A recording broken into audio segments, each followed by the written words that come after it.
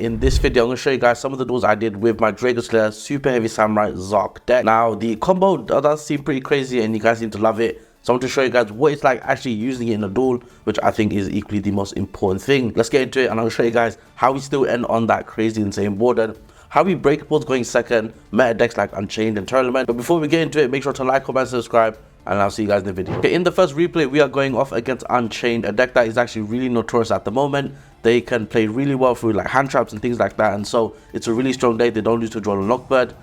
They're going first and they will make a good board. They have 2 hand traps in hand as well, so it's actually looking quite bad for us, but we managed to break through the board. We do have the more back, which is the 1-card combo, which you'll love to see. They get to set a chamber. They're going to pop the chamber with Shavara. They should bring out, Sarama. And they should be going into a Caesar, I'm pretty sure. So there it is. And then Sarama brings out Shavara. And that's a pretty good board. So that is actually really intimidating to deal with. They do not have the blue dog link on the field. But we do have a lot of engine in hand. And, you know, obviously one thing I don't and do like about the deck is the amount of normal summons you have. Sometimes it's great because you have the Dracoslayers that combo with each other. But sometimes it's too much. But in this case, because we're a Pendulum deck, we can just vomit everything out on the board. It works out pretty well. So let's move on to the replay. We're going to do the standard super heavy combo. We're going to use Majesty to... we discarded Majesty to protect our Dracoslayer Ignister from card effects. Can't be destroyed by card effects as well. So there you go, guys. The perfect counter to Unchained is in Dracoslayer. Let's continue the replay with Big Benkei searching us the Soul Peacemaker. We already had Soul Piercer. And then we're going to chain block the Soul Piercer. You'll love to see it. Bring out the scale 1 to 8. He still can't target it. And we get rid of the Caesar with the boss monster, broken boss monster, Ignister himself.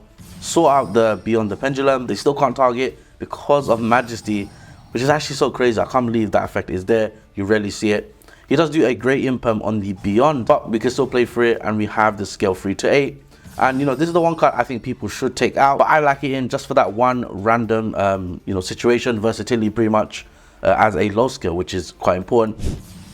And so we just summoned 3 monsters. We still have the arrows from Beyond. He does a Nibiru, I guess recognizing that, you know, the board is going to get nuked, so he does it himself. Tries to clear the board, but for us, we still have Oda's Revolution. I love Sky Iris, bring out Ignister Promise from the graveyard. And from here, we just do standard combos. A lot of link spamming, a lot of destruction. And the opponent surrenders, probably realizing that we've beat them and we're going to overcome them. You know, they had an abominable chamber. I think there's still stuff they could have done, but I do think we had the edge. And so yeah, that was a really great showcase, a really great game of, you know, what is possible with Dracoslayer. So in this game, we are playing against Tournament. I believe this was a best of 3 as well. We're going first, so we'll get to showcase, you know, the end combo of what is possible. And, you know, Pendulum decks, you can make rank 4s really easily as well, which I love to see. So we could even go into an Abyss Dollar. I'm not sure if we do it though. And so right now, what you're seeing is just the standard combo for Dracoslayer or Dracoslayer Super Heavy. In my opinion, the 2 decks are just now combined. And so we got to search the Sky Iris, send the Luster to grave, do the Beyond combo, search the Magician, which I did say in the combo video as well. If you don't find Skullcrab by Joker, just search it with Beyond. Let's move on. Let's do a Pendulum summon for 4, I think. Oh wow, we did 5. That's actually quite crazy. We commit so much to the board there. Our clear opponent does not have Nibiru. And it's just like any other combo deck in the game, like Manadium as well. You know, if they have Nibiru, yeah, it sucks, but you know, you could say that is the same for a lot of other decks. Wagon gets to set Soul Peacemaker. The combo is looking nice. We are getting off to a good start here. Scales, what will Scales bring out? We do have the more back, which does give us, or you know, guarantee us the Savage Dragon. There we go. There's a Savage Dragon.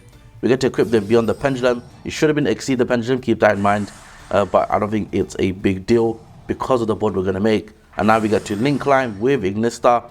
I just love that Oda's Revolution is not once per turn and Ignister is not once per turn. And we made a link too, just so it leaves the field under the Singularity's arrow to trigger the IP coming back. And there it is. The IP comes back. There's our Appaloosa. And we have a pretty good board. You know, the opponent will obviously use effects. Here we go. Appaloosa negate. They have a Sharon as well. Let's bounce that. I think that was... We could say that was premature, but the field spot is really powerful as well. Another negate with Sharon. They have a Foolish Rebel for Agito, I'm pretty sure. Yeah, there it is. We're going to negate that as well. And so what you're seeing is just a Pendulum deck that can create such a crazy board. You know, you could say this is unnecessary. The Supreme Magician and Soul Supreme Celestial King is unnecessary. But I'll show you in another replay why summoning ZARC is still really good. And you know, honestly, when you summon ZARC and you do a board wipe, you're kind of guaranteed to win the game. Even when it goes back to it's a 4KB stick, which can't be destroyed or targeted by card effects. So many reasons why I still want to play it. And it's just cool to summon ZARC thanks to the Age of Overlord support. This replay is getting Droll and Lockbird, which is hilarious. The opponent does go first and they break super crazy. But for us, we're going to have to play for a Droll, and that is why I want to showcase this replay. I believe a few people, you get your people that love to comment, lose it to Droll, lose it to Nib. Well, here we go, guys. Under and Droll and Lockbird, you can see what is going to happen. And so let's do standard Soul Peacemaker stuff. Let's bring out the Soul Piercer, get the Savage Dragon, which, is not ideal, I'll admit. But because we can make a Synchro monster, we get Wakashi in the pen scale, which is the most important thing, as a scale 8 as well. And so now we can do a Pendulum Summon. We hard drew the scales as well. So this wasn't even an ideal hand on top of the fact that we had a Droll resolved on us. And so it just makes this replay even better. And there we go. Exceed the Pendulum is kind of your best, brand new Link climber, similar to Celine. We can still climb into the access code really easily. And there we go. Simple OTK. And that is how you get it done, guys, with Tournament. Now, this was a really interesting replay because we're playing off against a Ninja, which, is a very, very capable rogue deck. But the most important thing is you can see they have Nibiru in their hand. So I just want to showcase what happens under Nibiru as well. We just want to give you guys the diversity for this deck profile. And so some things I'm doing here, which, after looking back at the replay, I think I could have done better, is I used up all my Dracoslayers in the deck, which did not help in the end. Obviously, I still were able to win the game. But I do think the way I got there was a little bit strange. But the reason why we did it is to find Ignister, which is arguably the most important card in the deck. And because of that, because we can special Ignist, we can go to the Beyond the Pendulum. And from here, we can do the search for Supreme King. We're going to sort out that ZARC trap card, which will do some damage against the opponent as well. And they think they're loving it because of the Nibiru, but no, my friend. We have Her Majesty, so Sky Iris, free up the Pendulum Scale, bring back Ignister. And here we go, guys. This is where the engine gets even stronger. We have double Oda's Revolution. So much that we actually run out of Dracoslayer in the deck, which is a good problem to have. I always say stuff like that. It's a good problem to have when you run out of resources. And so there we go. Exceed the Pendulum adds back Revolution. I feel like I just summoned Electromite, because that's what Electromite is known to do. And because we can, discard stuff like Supreme King for the Majesty Field Spell Search and then bring it back with Exceed, you never miss out on that Field Spell Search. It's really good synergy. And now we search the trap card. We're going to keep Supreme on the field, go for an IP, bring back the Ignister. And I believe we end on an Appaloosa, I'm pretty sure. But let's find out. No, we don't. We end on a Singularity because we ran out of Dracoslayers in the deck. And then there we go. That's our end board. So it's not the best end board, but it's enough to deal with the opponent's plays. I believe this was going second. So this was game 2. I think they won game 1 actually as well. So we were able to go first. And then, yeah, let's continue the replay. Singularity, obviously, anything that leaves its arrows, it can trigger stuff. And so at this point, when something here left the zone, it did give us an option to bring back IP. But I said no to the trigger effect. Let's do the effect of Soul, bring out the ZARC. And here we go, guys. Nice little board wipe. The opponent is not going to be able to deal with this card. And we get a double bounce. I think it's a double bounce with the Singularity. Yes, it is, because now a fusion is on the field.